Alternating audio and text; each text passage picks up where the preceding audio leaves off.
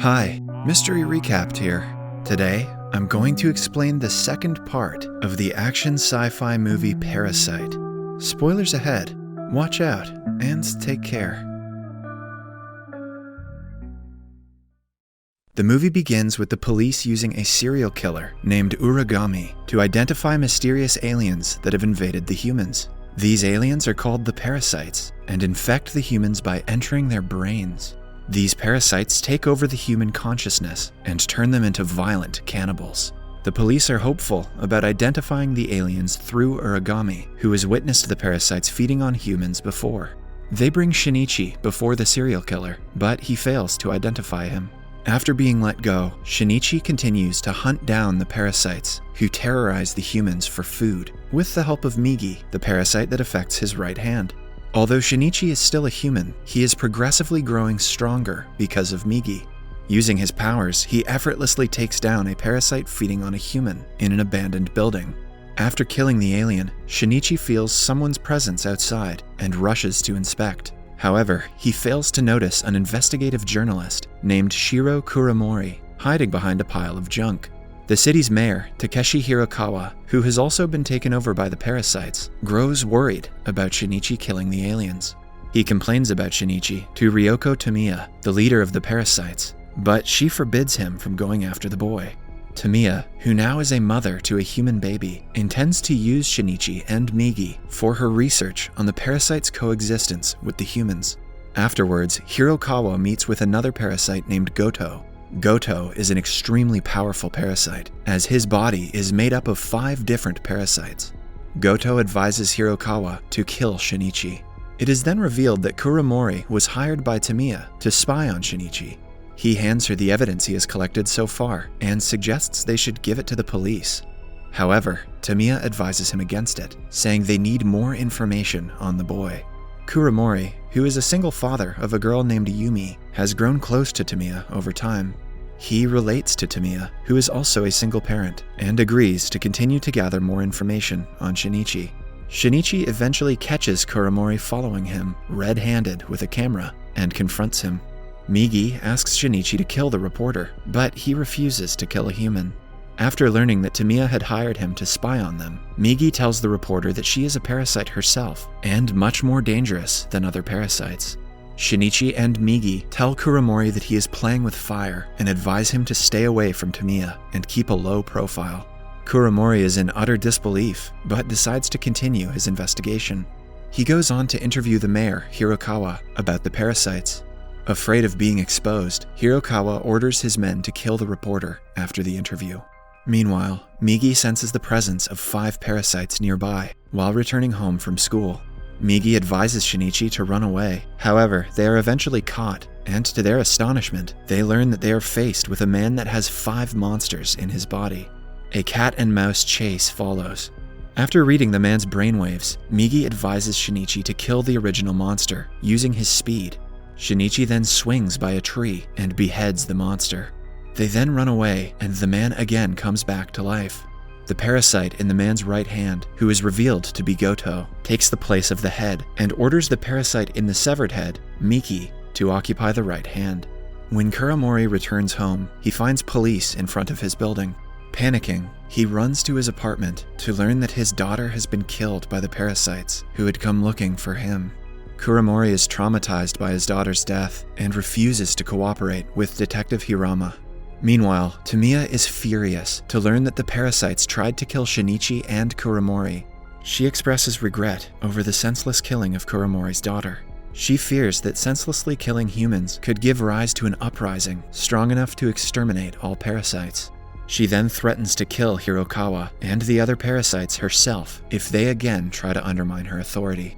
Ever since Tamiya has given birth to her human son, she is increasingly exhibiting more and more human instincts, such as kindness and going above and beyond to care for one's own child. She breastfeeds the baby and tries to make him laugh by making funny expressions. Detective Hirama learns that Kuramori has fled from the hotel, where he was kept under police protection, and immediately heads out to look for the bereaved father with his unit. Swearing revenge, Kuramori kidnaps Tamiya's son and leaves her a note, calling her to a park so she can see him kill her baby. Tamiya immediately rushes to Shinichi's home to seek his help. However, Shinichi isn't home, and she runs into his girlfriend, Satomi. Satomi gives Tamiya Shinichi's number. Tamiya explains to him on the phone that she is not responsible for the parasites coming after them and asks for his help to save her baby. As Tamiya and Shinichi arrive at the park to meet Kuromori, the Japanese Special Assault Team, SAT, led by Yamagishi, starts preparing to raid the town hall to kill all the parasites after learning the truth about Hirokawa, the city's mayor. People inside the building are ordered to vacate the premises. They are made to undergo an X-ray scan, and the monsters identified by the X-ray machine are executed on the spot. After evacuating the civilians, the SAT team then storms into the building and corners Hirokawa. After finding himself cornered, Hirokawa goes on a rant against humans, calling them the real parasites. I guess Hirokawa had been watching The Matrix. But Yamagishi cuts his monologue short and sprays bullets into his body. To his astonishment, Yamagishi realizes that Hirokawa is actually a human. Hirokawa was helping the monsters because of his principles and beliefs. Just as the armed men begin to wrap their heads around the revelation, the last remaining parasite, Goto, shows up. The SAT team bombards the monster with bullets, and he blocks them without much effort. At the park, Tamiya explains to Kuromori that she didn't order the killing of his daughter, but Kuromori, blinded by revenge, refuses to believe her. Shinichi also tries to persuade him against harming the innocent baby. However, Kuromori is hell-bent on avenging his daughter's death. As he proceeds to throw Tamiya's son from the bridge, the police arrive. Left with no other choice, Tamiya kills Kuromori and saves her son, exposing herself in the process. Kuromori falls to his death, and the police point their guns at Tamiya. Shinichi is stunned that Tamiya exposed her identity to save a human baby's life. Instead of running away, Tamiya starts walking towards Shinichi with the baby. Detective Hirama warns her against taking another step, but she continues to walk towards Shinichi, and the police sprays her with bullets.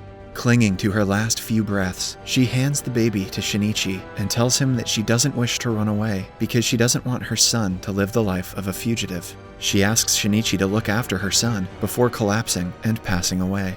Shinichi breaks into tears because he doesn't want to take care of this stupid baby, but also because Tamiya reminds him of his late mother. Satomi arrives on the scene and comforts her boyfriend.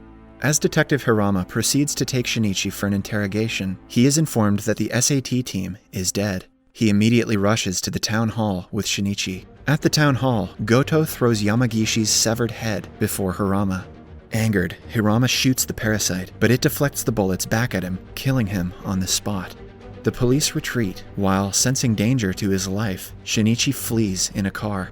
Goto follows him on a motorbike and eventually catches up to him. Before Shinichi and Migi can even realize, Goto jumps on top of his car and attacks him.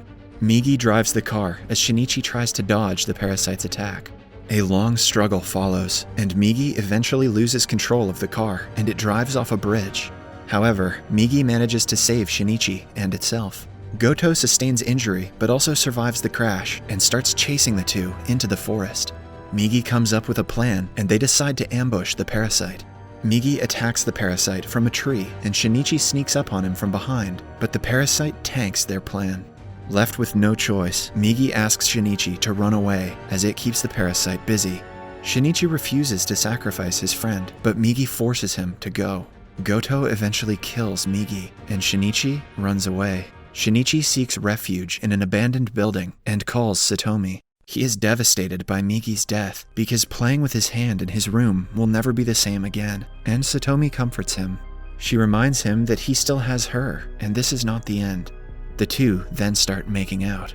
The next morning, Shinichi discovers that a part of Migi is still in his right hand due to his body being infected with Migi's cell. In the previous part of the film, Migi had used its cells to repair Shinichi's heart, damaged by a parasite. Shinichi also realizes that if Migi is still a part of his body, Goto can use that to track him.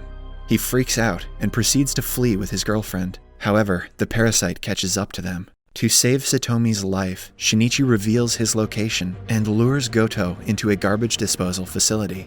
A battle follows. Goto badly batters the boy, but even without Migi, he holds his own. He grabs a metal rod and stabs Goto with it, but barely does any harm to him. Goto then proceeds to kill Shinichi, but suddenly, Migi comes to life.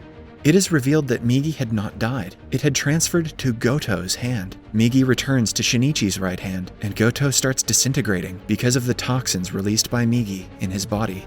At last, the final monster Goto's torso with a beating heart remains. Migi reveals that there's a 50-50 chance of Goto surviving. Refusing to let that happen, Shinichi proceeds to kill the monster, but suddenly remembers Tamiya's words that these parasites are just trying to survive on Earth, like the humans. But Shinichi ultimately decides that even if the parasites are just trying to survive, he must protect the ones he loves. He tells the monster that humans may not be perfect, but they deserve to live before throwing it all in the fire. A few days later, as Shinichi does his homework, Migi tells him that since all the monsters have been killed, there's no need for it to be around anymore. Migi says that if it stays around, it could only cause problems for Shinichi with the authorities. Migi intends to go into hibernation for several years, decades, or perhaps till death, and in return, Shinichi will get his right hand back. Shinichi is heartbroken to hear his plans to leave, but Migi tells him that it is time for them to walk alone. Migi thanks Shinichi for everything before turning into a normal hand as Shinichi breaks into tears. Some years pass by. Shinichi and Satomi meet to visit Tamiya's son, Taiki Tamiya. The baby seems to be fond of the two and runs to them. Afterwards, Shinichi goes to buy coffee for Satomi. Uragami, the serial killer from earlier in the movie, watches him leave and uses the opportunity to kidnap Satomi, taking her to the top of a building. Shinichi notices him and follows him to the roof. The deranged killer holds Satomi at knife point and states his belief that all humans are monsters because they have been killing each other since time immemorial. Uragami, who thinks that Shinichi is a parasite, then asks him for his opinion. Shinichi proceeds to reveal his identity to the killer, but Satomi discourages him from doing so. Angered, the killer pushes her off the building. Shinichi runs to save the girl. He punches the killer and extends his hand from the edge of the top. However, Satomi is beyond his reach. All the time he has spent with Satomi flashes before Shinichi's eyes. Suddenly, he realizes that he is holding Satomi's hand and pulls her to safety. As they breathe a sigh of relief, Shinichi figures out that Migi momentarily woke up to help him save Satomi. Subscribe for more videos like this, turn on notifications, and leave a like to help the channel out. Thank you for watching.